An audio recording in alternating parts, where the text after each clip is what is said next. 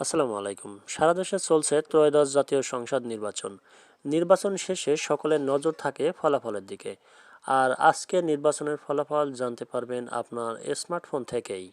চলুন দেখে আসি কিভাবে নির্বাচনের ফলাফল জানবেন। প্রথমে গুগল ক্রোম ব্রাউজার থেকে এই ওয়েবসাইটে চলে আসবেন। সাইটটির লিঙ্ক ডেসক্রিপশন বক্সে বা পিন কমেন্টে পেয়ে যাবেন। এটি বাংলাদেশ নির্বাচন কমিশনের ফলাফল সংক্রান্ত অফিসিয়াল পোর্টাল।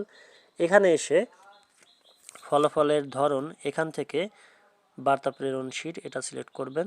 তারপর নির্বাচনের ধরন এখান থেকে জাতীয় সংসদ নির্বাচন এটা সিলেক্ট করবেন। তারপর নির্বাচনের নাম ত্রয়োদশ জাতীয় সংসদ নির্বাচন এটা সিলেক্ট করবেন। প্রার্থীর ধরন এখান থেকে সংসদ সদস্য এটা সিলেক্ট করবেন। তারপর এখান থেকে আপনার জেলাটা নির্বাচন করবেন।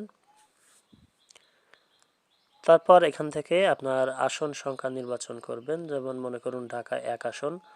তো তারপর এখান থেকে অনুসন্ধান বাটনে ক্লিক করবেন।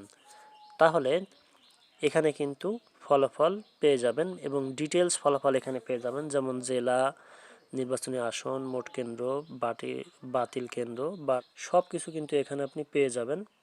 এখান থেকে আপনি পিডিএফ বা এক্সেল শিট ডাউনলোড করতে পারবেন, কপি করতে পারবেন। চাইলে এখান থেকে ডেস্কটপ সাইট এনাবেল করে দিয়েও কম্পিউটার মতো দেখতে পারবেন, আর কম্পিউটার থেকেও এখানে আসতে পারবেন।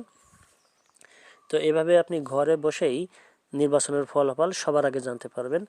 এছাড়াও বাংলাদেশ নির্বাচন কমিশনের নিজস্ব app smart election management BD এটা ওপেন করেও আপনি এখানে নির্বাচনের আপডেট জানতে পারবেন। যেমন এখানে দেখতে পাচ্ছেন ভোট গ্রহণ শুরু হয়েছে। এখান থেকে যে কোনো আসন সিলেক্ট করতে পারবেন, জেলা সিলেক্ট করতে পারবেন। তারপর দেখতে পারবেন ভোট গ্রহণ শুরু হয়েছে বা ভোট গণনা চলছে বা ফলাফল প্রকাশিত হয়েছে, এরকম আপডেট এখানে পেয়ে যাবেন। পরবর্তী আপডেটের জন্য সাবস্ক্রাইব করে সাথে থাকুন। ধন্যবাদ।